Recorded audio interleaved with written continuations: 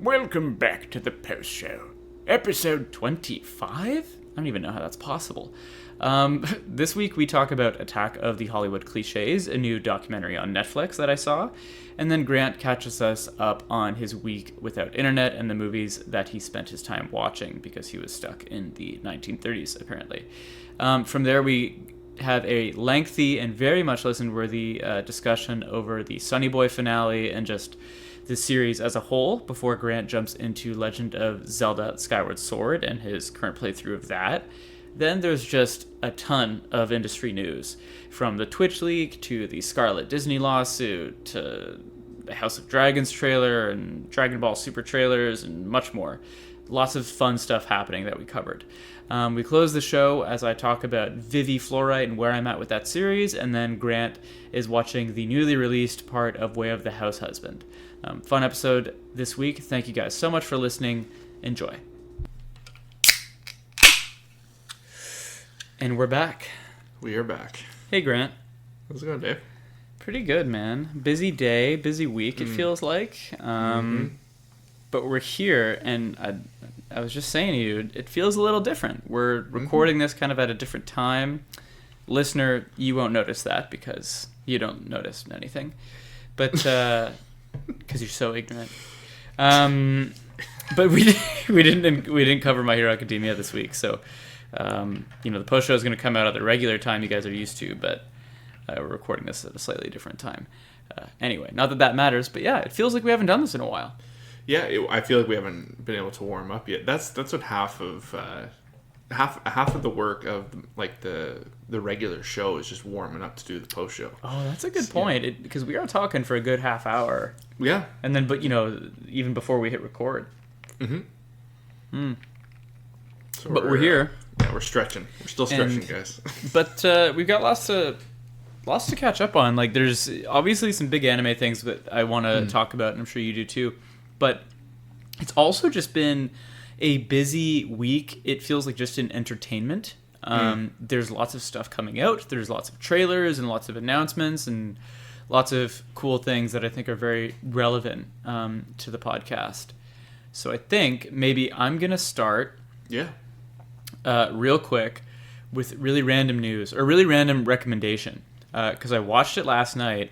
This is like, I feel like what Netflix was known for when they like started, and especially when they started putting out original content. Oh shit! I think I know what's coming. Don't you remember like being like, oh, what is this Netflix thing, or oh, it's this new show on Netflix? Check this out.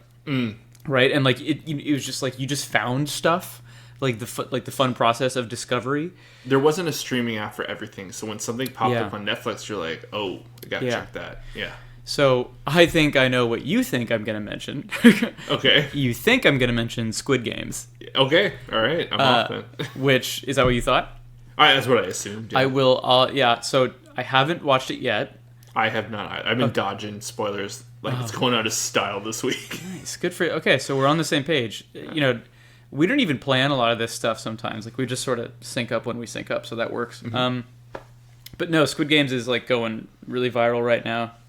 I'm glad that it's cool that like a Korean show, I think it's Korean, is exploding in the West and globally, and it's subbed, and everyone's just like okay with that. I know there's like a sub-dub debate going on. And I think that's what I've seen the most of online. But it's cool. It's like this is what we talk about all the time. We're very used to it. Yeah, man, it looks fun. So I will check it out, and I bet we'll talk about it on the podcast. Okay, all that prelude aside, so I wanted to mention very quickly, there's a documentary 1 hour long special called Attack of the Hollywood Cliches. Okay. I have seen zero promo for it. It must have just come out, though. Oh, who's hosting that? Rob Lowe. Rob Lowe, yes. I saw that he was hosting something. It's really good. Oh, really? Yeah, it's an hour long, and all they do, like I should have saved the description, but very simply put, they take a relatively critical and fun look at just your typical cliches in Hollywood movies, and they provide you with examples all the way from movies in the 40s all the way to like The Dark Knight, all the way to very very recent films like Zack Snyder, Justice League, and all that stuff. And there are too many to list, but like, you know, some obvious ones are like, they show you examples like, oh, here's the opening shot on any funeral in any movie. It's always the protagonist over the shoulder shot, standing far away from the funeral, so the director can get a wide angle of the actual funeral procession.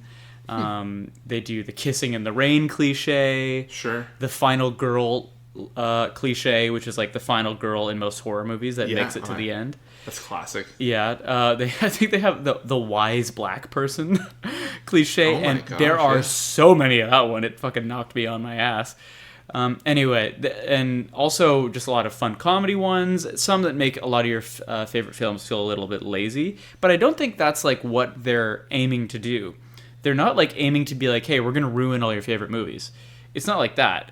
They're just like, look at all these tropes because... What do they all have in common? Yeah, here's what they all have in common. And like, they're cliches for a reason, and just like stereotypes are often stereotypical for a reason, like because they are useful tropes in the mechanics of which you can tell a story, right? Like sometimes you need a character to do a thing to usher the story along. Sometimes it works better than others, and sometimes they're used more effectively, obviously. But you and I obviously like talking about movies and TV pretty in depth. Mm-hmm. So this is right up our alley. And if you're listening to this, it's definitely up your alley. It's funny. There's a huge cast. Florence Pugh is in it. Oh. Andrew Garfield. They use lots of fun actors to like, and you know, just people in the business, sound editors, writers, directors. Lots of people make a cameo just to like explain how a specific cliche works. Really recommend it. It's really interesting because I find when you see this type of thing, it feels like they're like grabbing at straws for people to put in it. Mm-hmm. You know, I remember there's actually a documentary series that Leanne and I, it was a Netflix one as well, that Leanne and I just fell in love with. It was just so fascinating. I think it was called The Toys That Made Us. Oh man, I think they did a movie one, but we did the toy, and we watched everything, like the My Little Pony episode, like the He-Man stuff, like stuff that we had like no interest in growing in. We watched them all, and it was just funny because like the reoccurring theme through every single episode across like all these years of toy making is just people fucking each other over, like blatantly, like it's all about credit. But anyways, it was just, you know, they'd have like the people kind of, you know, in it that were, you know, like a big part of like the toys themselves, but they'd have like these random celebrities thrown in, and you're like, oh wow, like I guess this guy is a celebrity, you know what I mean? and they do like a movie one as well, and there's the same thing. It was just like a bunch of random people thrown in. It's like, I guess this person likes this movie, you know, and they get to talk about it. That's pretty funny. But so it's interesting to hear, like, you know, like Florence Pugh and Andrew Garfield and Rob Lowe, like these are all like big known still active people. So that's kind of cool. Rob Lowe, the dialogue they wrote for him, and obviously his delivery, he worked quite well as a host. I was really impressed. I was thinking of him as a host, and I was like, what else did he host? I think he got a roast on Comedy Central, and I love all those, and I was like, yeah, he makes a good host. Anyway, I recommend it. Attack of the Hollywood Cliches. I'm definitely going to check that out. Yeah. And with that, sir, I bounce it to you. Well, it's been a bit of a week for me. Obviously, you know, again, if those listening, we are recording way later than we normally do. I have just been without internet at home for what feels like almost a week. Living in the 1930s? Yeah, like, you know, like I had my phone and stuff like that. Like, you know, like data plans, but like you don't want to be like doing all your entertainment off like a hotspot or whatever. So like Leanne and I kind of just, you know. I was about to say, you don't want to be watching like premiere anime on a smart screen or smartphone screen. I know. Well, here's the problem. I tried. Like I was gonna say like fuck it. Like let's just like make this happen. We'll hotspot it to the TV. Like we're kind of rural. Like we don't have like great cell service, especially in the house. So we've really relied on the internet, you know, to like for all our needs. That's the thing, like the internet even allows our texts to get through correctly. It's a utility. So it's, you know, anyways, bar none. So I went down in the basement and I cracked open a cardboard box and I came upstairs with 3 Blu-rays and we watched those over the week. What were they? So Trainspotting. Oh, fuck. Okay. Trainspotting, Spaceballs, and Jurassic Park. Dude, those are all pretty strong. It was a pretty solid like back-to-back movie night we had for those. Yeah. We did Trainspotting and Spaceballs one night, and then we did Jurassic Park last night. But it also worked out too, because I just, I finished listening to Jurassic Park, like the audiobook, so it was funny. Like, it was pretty much just like with Leanne, because I've read it like 6 times when I was younger. Just picking everything apart, and like Leanne actually in this part in the book, like it was a lot of fun.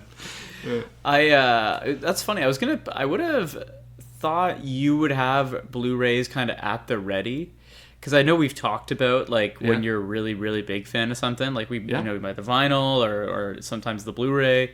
Do you keep Blu-rays like stocked and like that kind of thing, or are they kind of like filed away? No, I exclusively buy Blu-rays of like my favorite movies. Yeah, okay. I don't just like, oh, this is out, I'm gonna grab that. Like, unless it's something like I'll buy Blu-rays like years after the fact. Like when something comes out to Blu-ray brand new, I'm not rushing out to get it. Yeah. It's just I keep a mental note of the ones that I would like to have, and then I just kind of go get them. It's my exact relationship with vinyl. And very similar. Yeah, similar. I started, not like maybe like 5 years ago or something, and even then, at that point, this record was quote old. But like, I know exactly what you mean, and I know that you'll appreciate this because it's specific. But and I still don't have it actually. One of the first vinyls I ever said I wanted, it was like, I need that original lineup getting back together, Taking Back Sunday, self-titled record. And it's not like, I don't think it's like super hard to find either. I'm pretty sure you can just like buy it on fucking Amazon. Yeah. There's just like always been something else, you know what I mean? But it's something like that where you have an all-time favorite. Yeah. And that's like slowly what builds up your collection. Yeah. I haven't touched that with Blu-rays yet, but I respect the game. It's just thing like over the years, like, like I'll see it in a bin, whether it's at Walmart, it's like, oh, I fucking love that movie. And you grab it and, it's cheap or whatever. But like, like I remember, it's not often, I go to a mall anymore, but like, I'd go to Ottawa, like if I make a day trip or something like that, and I go to one of the malls, I go to HMV or whatever the store is at the time, Sunrise Records, something like that, I always just pop in to see what they got. It's like, if it's in the mental list, I grab it. And it's funny too, because I haven't, like Spaceballs, I grew up with that like a lot. That was always on like just cable. So that was one I watched, years and years and years. But like Trainspotting, I hadn't seen that. It's gonna sound so weird. It's not like I had like do you remember in like high school, there was like a lot of, I remember at least around like our group of friends, there was a lot of like music documentaries, biographies of like bands and artists and all that. And there's just like this continuous trend of heroin. Oh yeah. And it was just like, I just had this weird fascination about it, and everyone was like, oh, you gotta check out this movie Trainspotting, and it was like Obi-Wan Kenobi, it was in it, and all this stuff. Anyway, so I love Trainspotting, but I probably haven't watched it in 10 years. Or no, maybe like 6 years. And I threw it on for Leanna, and I flat out told her, I was like, this is dark. Like, this is a really... Have you seen it, Dave? Yes. Okay. Semi-recently. I mean, as I said, within, 6 years. Like, I was a grown-up watching it. I think I watched it, like, in my mid-teens and being like, oh, this is pretty fucked up. But you're also not quite processing it at that age either. So exactly. So, yeah. Like, you're seeing stuff, but, like, you can't, like, take it into, like, full effect, like, the real scope of it all. But it's like, I warned Leanna. I was like, yeah, this is dark. And she's like, all right, then, like, what else are we doing? Like, we got no internet. So we threw it on. And at the end of it, I was like, wow, memory's a funny thing. I don't remember it being this fucked up. Like, I was taken aback. But it was, and then Jurassic Park is, it's all time. So yeah, just as dark and traumatic for sure. Yeah. Oh yeah. Good shit though. But it was fun. It was fun going back, and there was something kind of ritualistic that you kind of miss out on with like all the streaming generation. Like, I went down, I was perusing through them. I was like, okay, I'll grab this one, I'll grab that one, and it was fun. It was kind of nostalgic. There's like in that a weird way. Yeah, there's like that scene, or there's that thing I think everybody does who has a deck of VHSs or DVDs or Blu-rays, where you take your index finger and you're sort of perusing. Yeah. You do the old squinty eye to like find what you're looking for, and then something finally catches your eye, and there's like that satisfying like opening it noise, and you gotta blow on the disc to get all the dust off. Yeah, ritualistic. Yeah. I can't remember the last time I popped a DVD or a CD or anything into something to watch it. And you know what the funny part was? So like we threw in Train Spotting into the PlayStation, and we fire it up, and the first thing it hits me with is no network activity. Some features will be disabled. Yeah. And I'm like, oh, this movie better fucking play. I remember that was like a thing that like tech people were like mad at, like back like as technology was maturing, right? Like things like, oh, everything needs an internet connection to work, even though you didn't used to need an internet connection. Like the DRM thing. Yeah. Yeah. Shit like that. Anyway, yeah. Jurassic Park, Trainspotting, two really good. Those are two good back-to-backs. Yeah. Don't count on Spaceballs. That's just fucking hilarious. That I have not seen since. You have not? Oh man, that's funny. I could take a look at that. Yeah. Now, should we get to the business? Or yeah, I think so. So, listener, if it's your first time here, which I doubt. Come on. You'll We're all know lifelong listeners. We all know that. Yeah, we've been really, really high on Sonny Boy, the anime, which just aired exactly a week ago from when we're recording. It's finale, probably forever. I haven't seen or heard anything about a season 2, but episode 12 was the season finale, probably series finale, I think, right? Grant, you haven't heard anything, right? I haven't heard anything otherwise. Yeah. There was an announcement that the director has already, he's got his next show scheduled for someone else. Like, he's not doing an independent thing. Cool. He's being hired on. So I can't imagine there's going to be a quick follow-up to this. Yeah. It doesn't feel like it was meant to be. So, as we jump in, I'll just say spoiler warning for the whole series. Up to and including the finale. So, let's get into it. I will start and say I only have seen it the one time. Shame on me.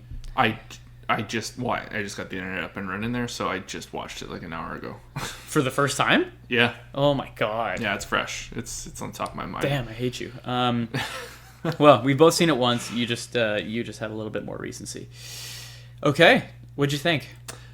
I loved it. It was, it's so interesting. Out of the shows that we've kind of watched this season, or like this year, I love reading the internet, just the discourse between, like different, I just like to see, the temperature that everyone has. Yeah. And Sonny Boy repeatedly, week to week, it's been very, everyone's on the same page. And maybe this is just a finale problem, but it feels like all I'm reading is people saying how bittersweet it is. And it's not the ending they wanted.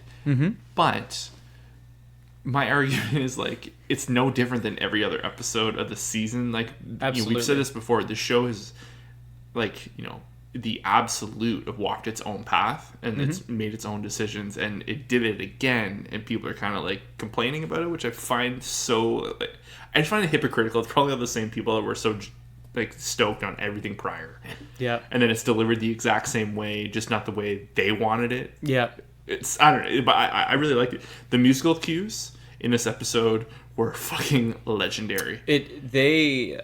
Just to tack onto that, dude, one thing that we have said time and time again is that how strong the soundtrack and sound design of this show was week to week, and they pulled out all the stops for the finale. The thing I liked about it, this episode specifically, is it's clearly full versions of each song. The 3 songs that are played are played from beginning to end, and they have their natural. It was almost like the episode was directed around the songs. It's too perfect. Yeah.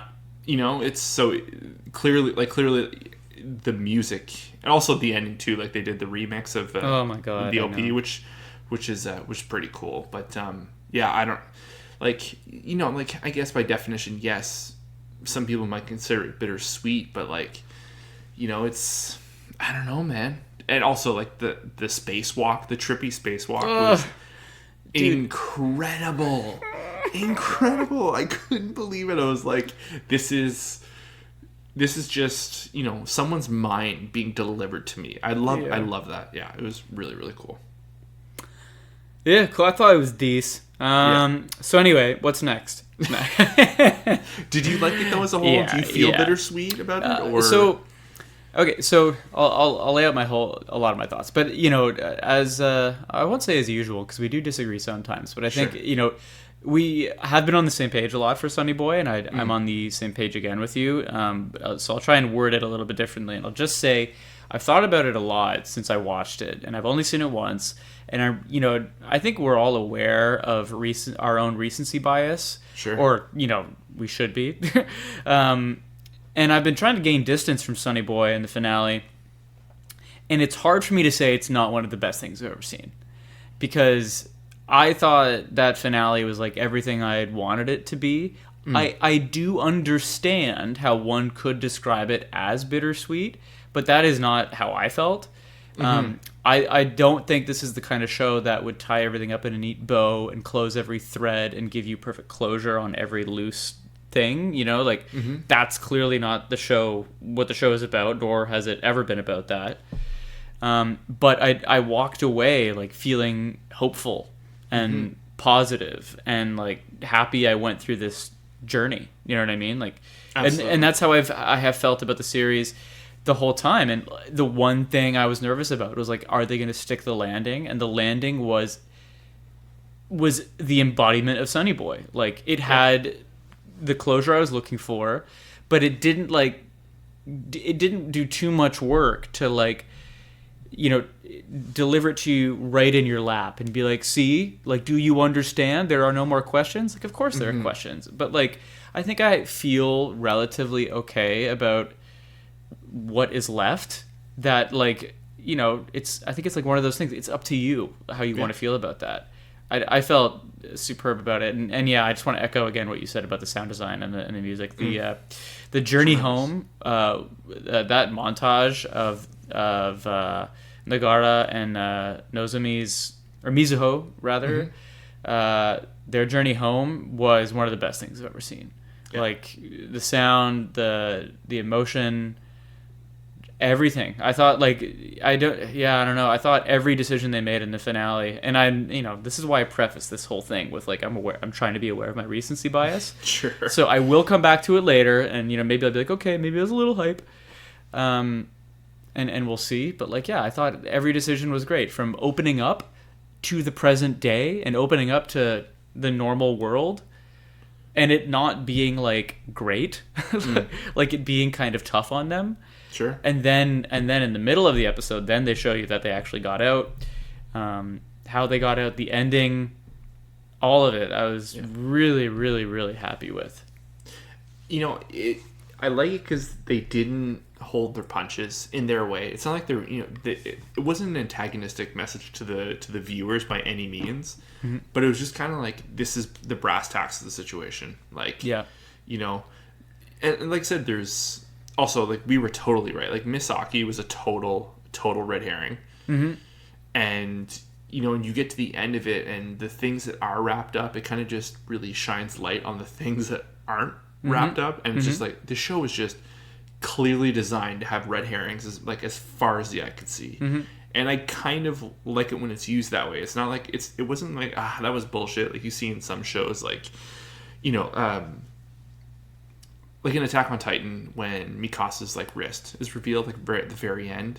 Yeah. And it's kind of just like, well, what are you hitting me with right now? Like, is this like, where is this going? Like, things were like just gracefully shown. Yeah. Gracefully shown throughout. And I don't know. It's funny because last week we were talking about Jim Carrey, or 2 weeks ago, I can't remember. And I had brought up that kidding show. Yeah. I'm getting very similar vibes where, like, Sonny Boy, it's, I genuinely love what I watch, but it's one of those things that whether it ends up being one of my favorites, it will always just hold memory in my mind because of like the way, just the package, like the way it presented itself and the music, like they really tried to make a unique experience, I think. At least, people that watching anime a lot longer than us might say like, oh, there's stuff from different eras that we should check out. And please, by all means, if you have anything Sonny Boy similar or adjacent, please tell us. But no, I think that's the thing. I feel like the show is being slept on for obvious reasons because it is kind of a harder, harder avenue to go down, but it's people need to be watching the show. They need to see it at least once. And we've said it before. It might be pretentious to some people, but I genuinely don't think that's the message coming across. Yeah, I think, especially in retrospect, right? We could probably, we could probably say that this really is like kind of a coming of age story with really, really grounded characters. It just so happens that the setting is kind of psychedelic and it's a bit of a psychological, mind-bending environment and avenue for storytelling. But it's about people and how they feel, and there's like a litany of metaphors and lessons that are littered throughout the show. But you don't have to dig all that deep if you don't want to enjoy them, right? I think one comment I saw a lot from people was, I'm definitely going to want to rewatch this one to appreciate it more. And I saw a lot of people being a little hard on themselves, being like, I don't know if I get it fully, but like I'm going to rewatch it because I want to get it. And I think that's a good thing to walk. Or that's a good thing to have about it, is to want to get it. Yeah, but I also think like how you feel, like so much about this show is how Nagara goes through it, and how Mizuho feels, and Nozomi's journey, and that part isn't hard to get, right? I think like that's like the main thread, and there's lots of like cool, fun, artsy, metaphoric lessons in there, and those are a little bit harder to sort of translate sometimes, just because the show is doing a lot of things at once. But like I think if you watch this from beginning to end, you're gonna have an appreciation for the main characters and what they went through. Yeah. One of the best, genuinely. Man. Sonny boy. This is such a great one of those really great things that's part of the podcast. It's very possible we would not have seen this if not for the podcast. And we had no idea this was coming on, when we started doing this podcast, 10 months ago or whatever it is now. Like, we had no idea. And it just sort of came up. We both checked out the pilot. Loved it. Got to be a part of this journey with you guys. I just feel very lucky that we got to listen, or got to do this, watch it together, and put it all to tape. Week to week, too. That's the thing. The nice thing about this is we got to experience the week to week. We saw it for ourselves to deem whether it was like a good week to week show, which it was. And then also, because I had to catch up at one point, like it is very bingeable at the same time. So it's going to be great for reviewing later. It's I will be keeping an eye out if the people involved in this ever do an instant buy from me if they do something original again. Not necessarily like this. Like, they could do some genre completely different, but the people involved in this, like, they have my attention. But there's this whole notion that, like, the director and the animators and everyone involved, this was a big-time passion project. And I think it being 12 episodes and,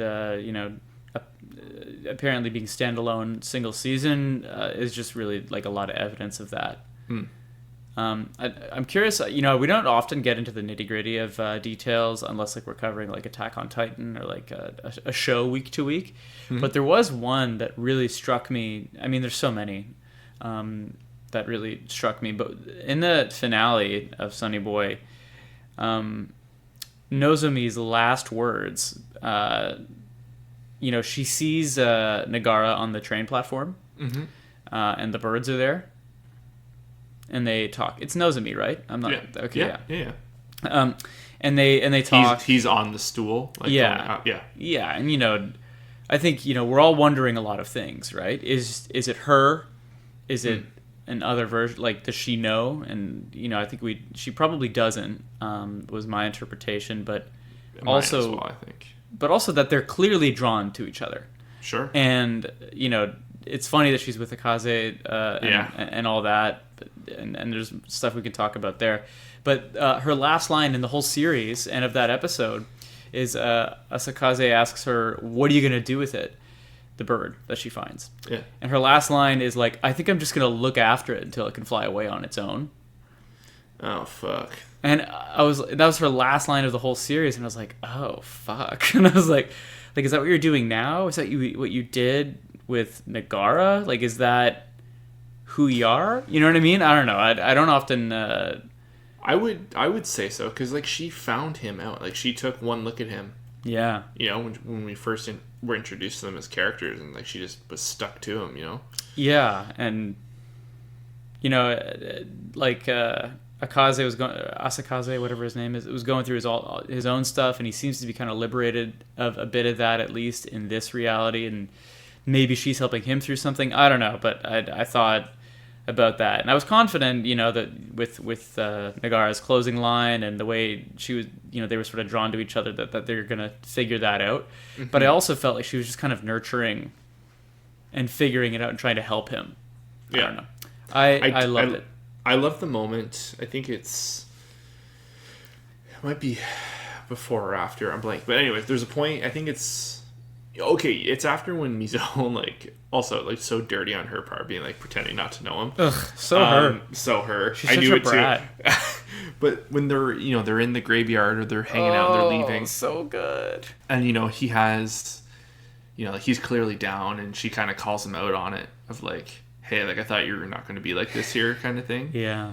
And then, she clearly threw, fucking mud in his face, and then immediately turns around. It's well, if you're even a tad of, who you are back then, and it just shows, how the caring is there. They are... Absolutely. It's more than friends. It's just so ethereal. Yeah, they have such... Yeah. There's a real bond there. It's funny because that's not one of the things I would have predicted, right? Yeah. The fact that those are the two characters to do the journey home together and no one else, and they've got Nozomi's compass guiding them, but it's just sort of the two of them in it together. And I'm glad you brought up the graveyard, because in the moment I kind of forgot about it. And I remember I told you I've been taking screenshots of really cool moments. Yeah. There's this one moment she turns around with the umbrella and the animation's pretty great, and she just says, "Hey, you'll be fine." Yeah. And then she elaborates. She says what you said. Yeah, if there's anybody left of who you were, you're going to be fine. Yeah. So good. Their relationship was so great. I know. I think by the end, I think Mizuho is probably my favorite character out of the show. Yeah, and she doesn't get it easy either. She comes back. One of the cats are dead. It's just because you're home. Yeah. Now you're in reality. Are you happy you came back? It's fuck. It was our choice. I love that they hit that home. Mm-hmm. He goes, but this was where I chose to be. Yeah. The power of it. Just the finite of a decision. If anyone is looking for a more fun kind of critical breakdown, in the written form, definitely check out the Anime News Network. There's been a guy or a person, I forget his name, but they've been reviewing every episode fairly critically, doing a solid 500 to 750 words. Oh wow! On every episode. I haven't read their review of the finale yet, but I would usually read them after we would podcast. But they're usually always pretty good. So if you still have some Sonny Boy itch that we haven't scratched, Anime News Network. Did you dive into that article I sent you of the interviews with the director of the show? He was talking over. He wrote about each episode. What? You sent me this? Yeah. Did I not? I did. I have no memory of this. Anyway, we'll get into that later. But I'm pretty sure I saw something on Reddit that the director or someone higher up in the in the production was did written format, was commenting about things that happened about each episode. And I think things that went into making it, and also events that happened in it. So I've been waiting for the finale to dive into that. I think it was only the first 11 episodes he did. I think it was leading up to the... it might have just been translated from an article in Japan, but it was... I'm curious. Now that I've watched the finale, I would like to go back and read all those. Yeah, if you... Yeah, I'll remind you later. I'll resend that to you. Okay, killer. Anything else you want to bring up? I've got a long list for some reason. I got one thing left, so we'll do some of your stuff. Gimme. What you got? I've been playing The Legend of Zelda: Skyward Sword. Yeah. So you're familiar with Breath of the Wild, of course, right? Did you play Ocarina of Time back in the day on the N64? Yep. So never beat it. You know, it was just one of those things that I think I was way too young. Like, didn't know what was going on. Got as far as I could. But I've always just had this. And then other than Breath of the Wild, I hadn't really played a Zelda game before. I would just kind of like, I never had a GameCube, so I was like sat back and was like envious of like, I always wanted to play the Wind Waker and Majora's Mask and the like all like the mainline Zelda games. Never got to touch any of them, and Skyward Sword is one of them. So when it got remastered or whatever for the Switch, I jumped on it right away, and you know, like Breath of the Wild, I thought I wasn't gonna like the like the open vastness of it all and the kind of just doing what you wanted. I was used to like that one N64 game that I had played. Yeah. And after playing Skyward Sword, which I love, I'm having an absolute blast with. I'm so glad that they went the direction they did with the Breath of the Wild. There's still things about Breath of the Wild that I think they should be pulling more from like the older games, like the specific dungeons themselves. Those divine beasts were god awful. That like some of my beasts, like in retrospect, like would compare it to the original. No, game? In general, when I was playing Breath of the Wild, like full on, like full time, that's all I was playing. The divine beasts are probably some of my least favorite video gaming moments in my entire life. Really? I wish they were not in the game at that all. Bad? Some of the worst puzzles, like cool and interesting in some aspects, but it's just like it was just like a slog to be a slog. I had no fun. The second I got to a divine beast, I looked up a guide. I wanted to get through it as fast as I could, and then just close the page and just play the game again. They were so bad. But that's the thing. So you go back and I'm playing these temples in this, you know, Skyward Sword game, and I'm like, oh, this is nice. You know, like this is focused. You know, the puzzles are there. Like there's really great puzzles in this game. Like I know Zelda's always been famous for that, but you know, like not that I dislike puzzles in most games, but you know, I find a lot of the time they're just dumbed down. They're not like, you know, well thought out puzzles always, and these are very well thought out, and I don't know, it's just a lot of fun, and the game runs well. Interesting. You know, not a lot of games run super great on the Switch, so it's kind of nice to. Sorry, when they're in handheld, games don't always run super nice, but I've just been kicking back and just smooth experience all in all. And when did that one come out? Originally? Skyward Sword, yeah. It came out. I mean, you don't have to know the exact year. I'm just thinking. So it's not a Wii or a Wii U, or it's not Wii U, right? So no. Like at least a decade? Fair enough? I think 2010-ish. Okay. If I had to guess. Maybe 2009. I'm not too sure. Yeah. But, yeah, it's been long overdue. And you know, like in the gaming community, there's been a lot of like bitching and moaning about like why Nintendo won't just like put out the rest of them. Like, yeah. You know, like obviously there's a lot more going into that. But as I play Skyward Sword, it's like, oh yeah, please put those out. You know, but the nice thing too is there was a Nintendo Direct a couple of weeks ago, and they announced that they're doing a Nintendo 64 like expansion thing for the Nintendo Online for the Switch. So you're going to be able to play some classic N64 games, and Ocarina of Time and Majora's Mask are going to be on that. Oh, that'll be cool. So it'll be fun to go back and, you know, play the original. And I always wanted to play Majora's Mask, so that's going to be exciting whenever that eventually comes around. But I just got Zelda on the mind right now. It's crazy. Like I'm just really, really, really liking. Well, it has that effect on you. Like even Breath of the Wild for me. I mean, I played Ocarina of Time as a kid, and I've even played it on emulators since. Oh, really? Yeah. But it definitely has that effect. Like it's a very immersive, really well built world, and the bug can kind of get you. It's distantly similar to me to like the World of Warcraft effect, sure, where you can kind of like dip a toe in, and it's like, ah, fuck, like now I'm in this. You know what I mean? Now this is the only thing I'm going to touch. Yeah. Skyward Sword. It's just easy. It's so easy to pick up and just play. You know, like I'll play on my lunch, or you know, like I got 20 minutes till I need to start dinner, and I can just do this and do that. Like it's the handiness of it is truly, even all these years later after the Switch has come out, it still blows my mind just how quick and easy it is to pick up and play. Yeah, that's tight, man. Yeah, bro, that's tight, bruh. You want some quick hits? Yeah, hit me. You want some quickaronis? A little quickie here. Scarlett and Disney have settled out of court. Undisclosed amount. Yeah, no doubt. But the family's all back together. Oh my God. It was so funny. I was reading that article. I think it was Variety or wherever I read it, and I've avoided like all the comments on this, like anything posted, like whether it's on Reddit or on Twitter. Anytime like Scarlett Johansson, I find like anytime like a woman is involved with like a financial dispute, it just gets ugly in the comments, like just really unnecessary things. Oh yeah, like the culture and the comments and just like the general attitude. I have no interest in any of it. But anyways, so I accidentally clicked on the comment section of one, and the top comment was actually surprisingly like very, very. It was a quote from Kevin Smith from I guess back on when he made Clerks 2. Yeah, he just did not get paid.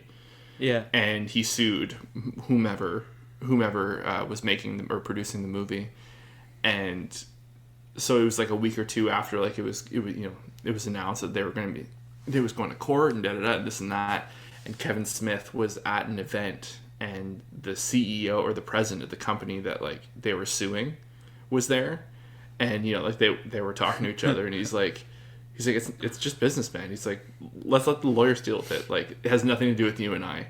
And it was just like Kevin Smith's kind of like take on like, oh shit, that's a real weird way of like looking at it. But I guess you're right. Let the lawyers deal with this.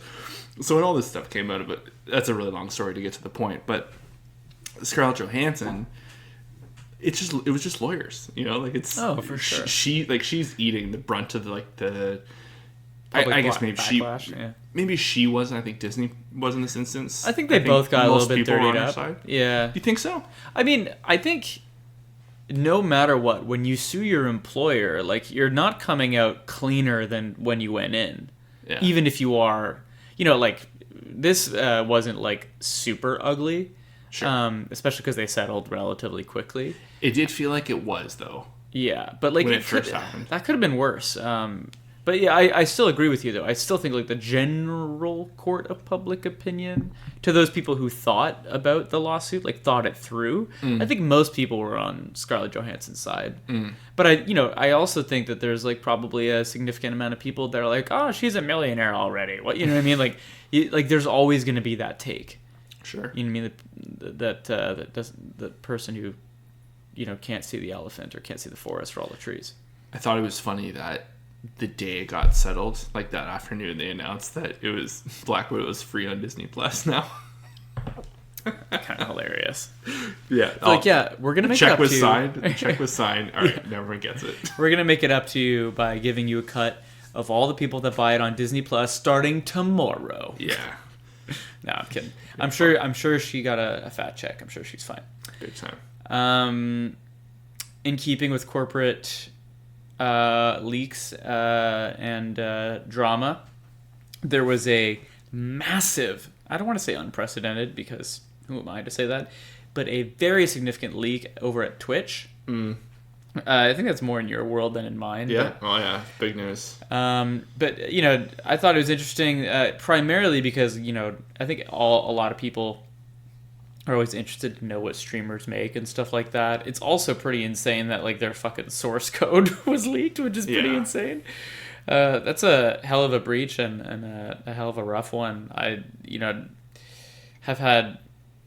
There's been lots of stories like this, and I have some professional experience in this stuff, and ugly, rough. Nothing obviously nearly on the scale of Twitch, but.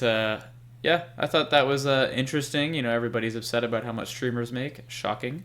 Mm-hmm. I don't watch many streamers myself. I watched one or two, though, and I did see a couple of them, and I was like, damn. Like, I knew y'all were doing well, but y'all really eating, huh? That is just one thing that my brain doesn't compute with, is watching streams. Yeah. I've never been able to watch other people play games. I'm trying to think of what it would be for me. It would be tournaments, like Smash Bros. Tournament or something, and or like a Halo tournament when I was really into that. I don't know. I don't even want to say this because I don't want to paint everybody with the same brush. No, I'm not gonna. I'm not going to be mean. I think it's also just, like a weird form. It's a form of socialization that you and I did not grow up doing, but Sure. it's becoming more and more common, right? People going live, just in general, and that is, anytime I go to Twitch, some of the biggest channels streaming with the biggest viewers is just chatting, as in they're not playing a game. They're just going live, doing Q&As, just talking about random shit. Yeah, I the most I used it was during the pandemic, like when everyone was like completely working from home and all that. Yeah. Was just bands. I would watch, I remember Between the Buried and Me had a free, they played Automata 1 and 2 back to front. And it was just like I couldn't believe like the quality of like the stream. Like it was borderline 4K and the audio sounded great. And I was like, man, like good on you, Twitch. Like, thank you for providing the service to me. But it has like really cool avenues, to do that. I remember one time the reason I have a Twitch account was so I could play games. Just like the internet connection wasn't good on the other end, but they were good enough to watch a Twitch stream. So like I found a way to like stream my computer, and they watched me play. It was pretty fascinating. But it is this Twitch stuff. I immediately changed my password. This stuff spooks me out like you wouldn't believe. Yeah, I should change it from 1, 2, 3, 4, 5, 6. So, what was the next one? Peacemaker got a brief trailer. Yeah. Or teaser, I should say. It's like a diner scene. I kind of hate teasers, like when they're just clips of shows. Actually, Netflix does this thing that I fucking hate. A lot of the time, there's an autoplay feature on a lot of the Netflix apps. You can disable it apparently, but there's an autoplay preview feature when you highlight, like over a focused cell. It'll just start playing that either the trailer or that show or that movie or whatever. And there's a moment, sorry, I just completely lost my train of thought. Oh, right. What Netflix does is they'll just play a scene from, like, instead of like playing a teaser or a trailer or the intro, there's just like, here's a no context scene. And it's not even like a good scene sometimes. It's just like a scene. But when it's a good scene, it works. Yes, totally. But, I don't know. That irritates me. And this is what this Peacemaker teaser felt like. I mean, like, it was like sort of funny, whatever. I will watch it, though. Did you see the teaser? No. I honestly didn't know until you mentioned it. Okay. It's a minute long, if that. It's just little John Cena scene. I'm in zero rush for more of that. Yeah. Okay. Man, okay, I'm just going to go quick hits now. Really quick. Ready? Okay. All right. Dragon Ball Super superhero movie. They put out a full-length trailer. This shit, Grant. This shit is how like we were talking a week or two ago about how lucky we were with the Demon Slayer movie because it was canon and the quality and all that shit. And a lot of anime movies get a bad rap. This shit is why. This is why anime movies get a bad rap. I don't know if it's canon. I hope to fucking God it's not. I'm pretty sure it's not.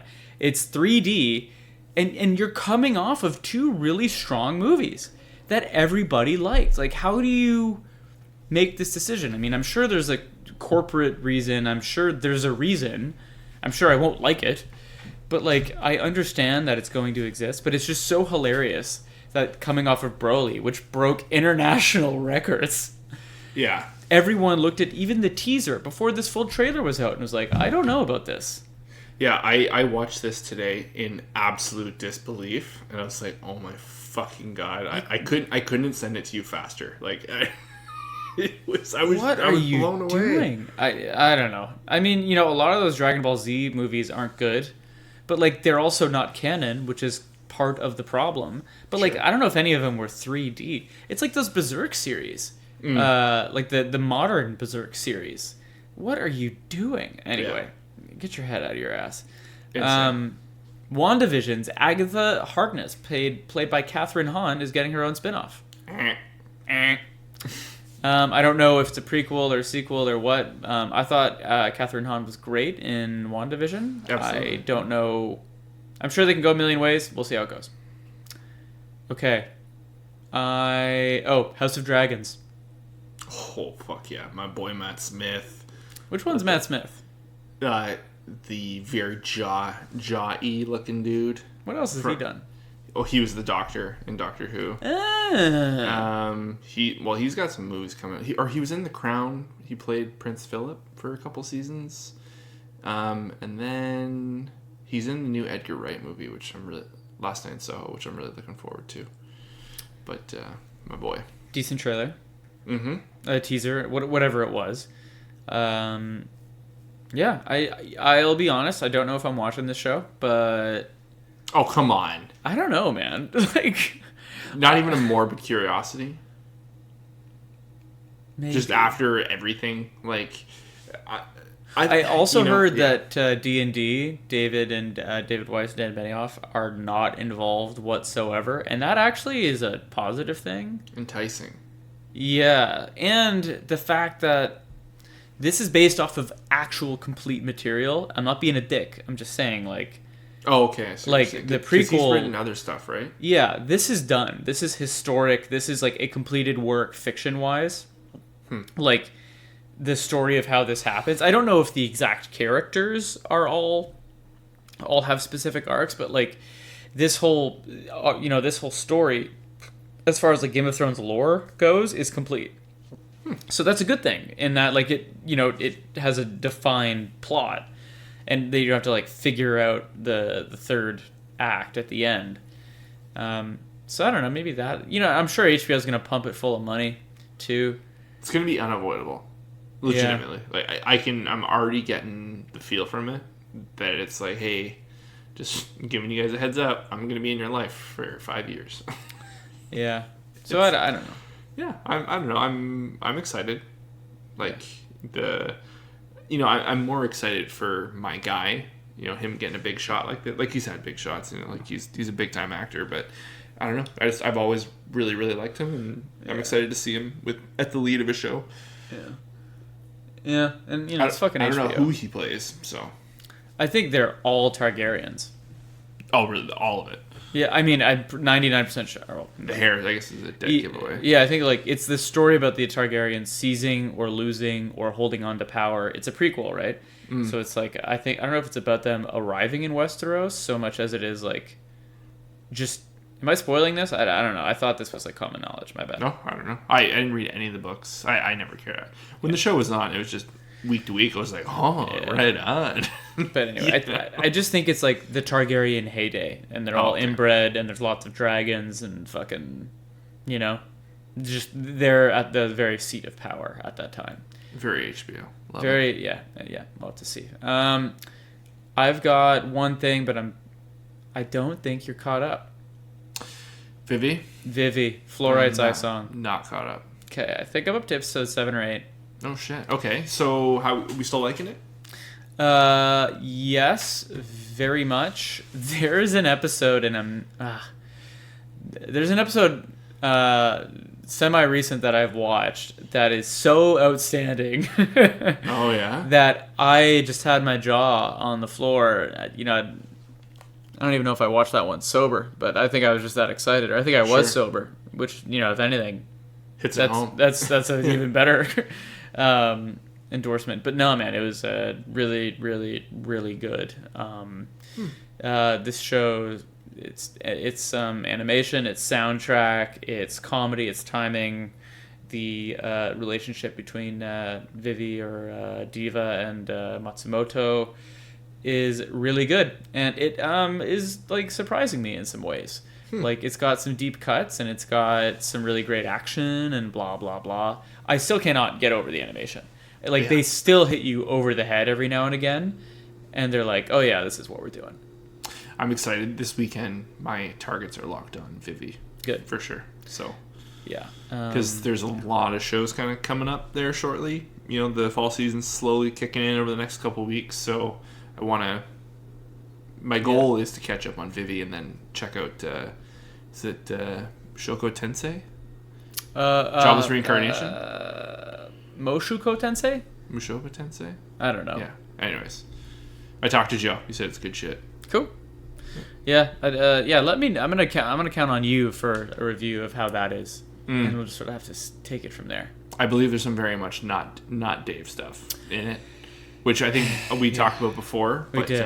The anime, just the snippets I see online, the animation in that show looks insane. So like, I gotta see it. I gotta see what's going on. Yeah, I think there was actually a specific clip from them that made it high up on Reddit, and I was like, fuck, that's that show. It's like a water scene, eh? Yep, 100%. Because are they in season 2? Yeah, it just started this week. Okay. Yeah. It is the water thing. We're thinking of the same thing, but it was pretty amazing. So I think we'll have to see. Stealthy marketing. Yeah. Do you have anything else, good sir? One, like a tidbit. Just to read one. Way of the House Husbands. Second half of season 1 dropped today. I was gonna say, it was early October. Yeah. Yeah, we watched the first episode. We were howling on the fucking couch watching it. So glad to have it back. And we fucking love this show. You guys are such dorks. I know.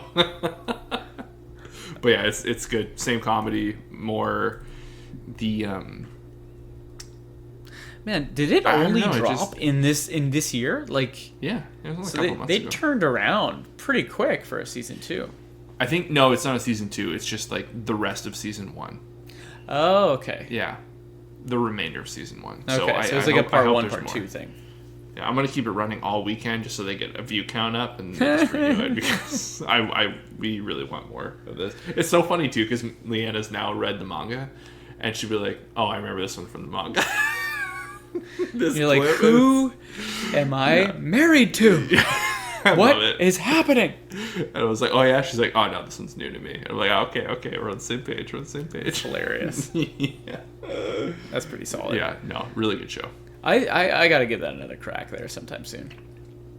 Absolutely, Dave. It's I don't know. Like I feel like I've said it like 5-6 times already. Like I understand the animation is not what some people would expect, but if you're there for like great comedy writing and the facial expressions and the music, like just the cues of, you know, like the jokes land perfectly. You know, it's incredibly dry, but very like fast paced, which is, it's kind of a weird combination.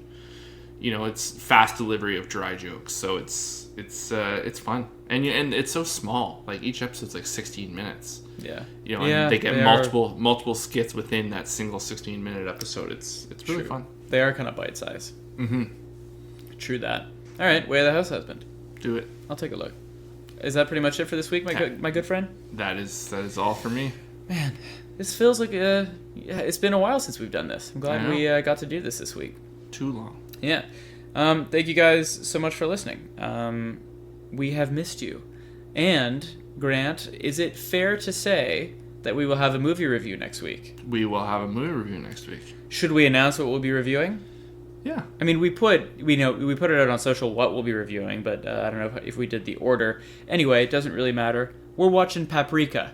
So excited. Otherwise known as Christopher Nolan's blueprint for Inception. We're very excited to see what all the fuss is about. I put that out, and a couple people reached out, like, oh, this is going to be a good one. And I'm 99% sure neither of us has seen it, right? I have not seen it. Yeah. None of the 4 movies that we're covering over the next couple months, I haven't seen any of them. Perfect. So that works out. I believe you've only seen one. Yeah, Akira a long time ago. So, and we can do that one later. So anyway, I'm very excited for Paprika. That'll be out early to mid next week, and then more post show.